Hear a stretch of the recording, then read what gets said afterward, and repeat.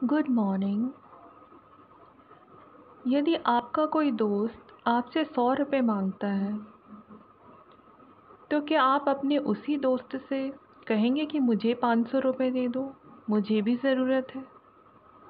इतनी समझ तो हम सभी को है कि जो खुद ही हमसे पैसे मांग रहा है उससे हम कैसे मांगें, उसके पास तो पहले से ही कमी है। आज हर मनुष्य सुख, शांति और प्रेम चाहता है। हम सुख, शांति और प्रेम की मांग दूसरों से कर रहे हैं, पर आज यह किसी व्यक्ति के पास है ही नहीं। जिस व्यक्ति के पास खुद ही सुख, शांति और प्रेम की कमी है तो वह किसी दूसरे व्यक्ति को कैसे दे सकता है। यदि किसी व्यक्ति के पास शांति नहीं है तो हम उससे शांति की मांग कैसे कर सकते हैं। तो यदि हमें सुख, शांति और आनंद चाहिए, प्रेम चाहिए, तो हमें उस आत्मा से मांगना पड़ेगा जिसके पास ये सारी चीज़ें भरपूर हों। वह तो केवल ईश्वर ही है, उनमें इन चीज़ों के भंडार हैं। तो यदि हमें अपने जीवन में सुख, शांति और प्रेम चाहिए तो हमें ईश्वर से ही लेना होगा, क्योंकि आज सभी मनुष्य तो खाली हो चुके हैं।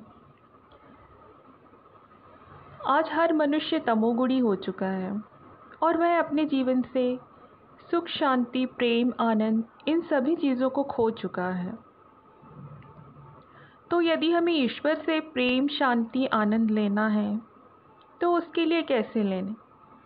उसके लिए हमें ध्यान लगाकर ईश्वर को याद करने के लिए बैठना होगा। जब हम ईश्वर को याद करेंगे तो हमें स्वतः ही ये सारी चीज़ें मिलती जाएंगी, क्योंकि जब हमें सूरज से प्रकाश चाहिए होता है तो हमें सिर्फ सूरज के पास चले जाना होता है।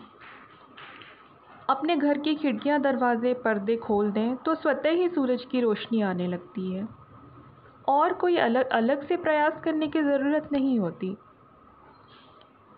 यदि हम नदी के पास जाकर बैठ जाएं तो हमें खुद ही शीतलता मिलने लगेगी, हमें नदी से मांगना नहीं पड़ेगा। ऐसे ही सूरज से भी प्रकाश मांगना नहीं पड़ता है।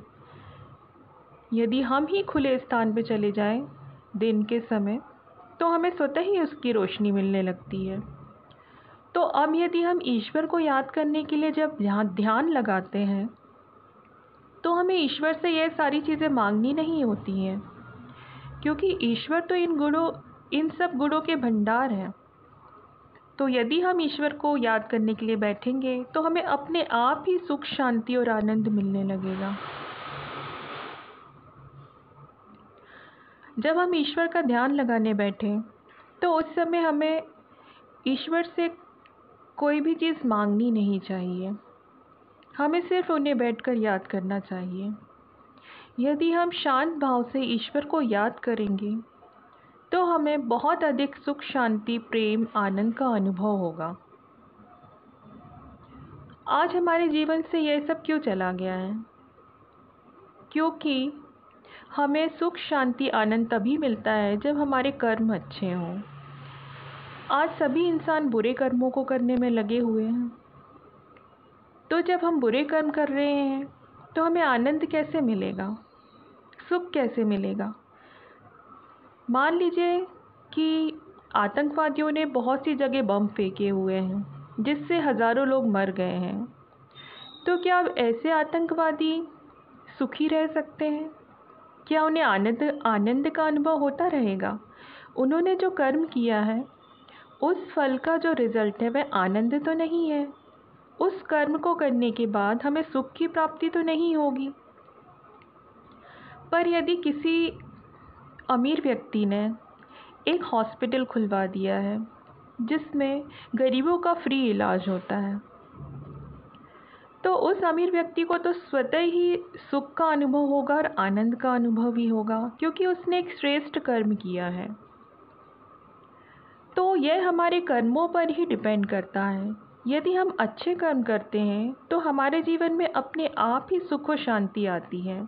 जब हम बुरे कर्म करते हैं तो कभी भी हमें उससे सुख और शांति नहीं मिल सकती है। यदि हमने धोखे से किसी के पैसे लूट लिए हैं तो क्या हम कभी चैन की नींद सो पाएंगे? हमें उस धन से कभी भी सुख और शांति का अनुभव नहीं होगा। भले ही हम कितने अमीर हो जाएं, भले ही हम उन पैसों से 36 प्रकार के व्यंजन खा रहे हों, पर क्या यह ज़रूरी है कि हमें उन व्यंजनों को खाने के बाद तृप्ति भी मिले?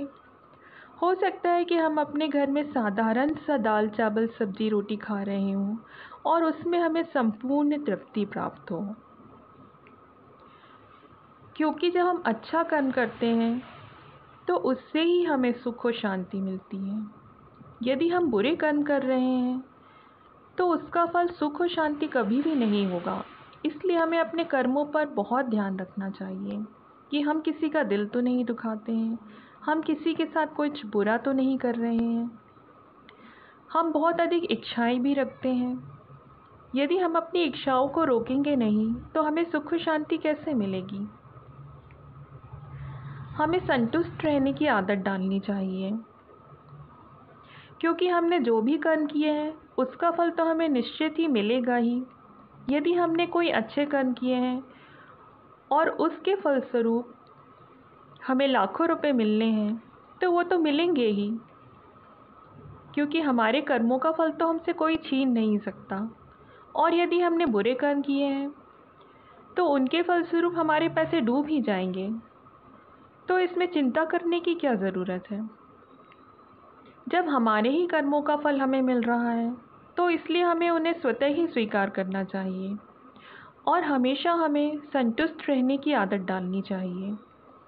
हम जितनी ही अधिक अपनी इच्छाएं खत्म करेंगे, हम उतने ही सुख और आनंद में रहना शुरू कर देंगे, क्योंकि यह इच्छाएं भी दुख का कारण है।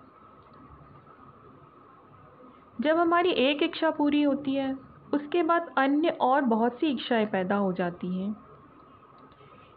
इसीलिए हम अपने सिर्फ कर्मों पर ही ध्यान दें कि हम कैसा कर्म कर रहे हैं। यदि हम अच्छे कर्म करेंगे तो उसका फल निश्चय ही अच्छा ही होगा। और हमें प्रतिदिन ईश्वर को याद ज़रूर करना चाहिए, क्योंकि इतनी अशांति और दुख जो व्याप्त है उसे केवल ईश्वर की शक्तियों से ही दूर किया जा सकता है। Thank you.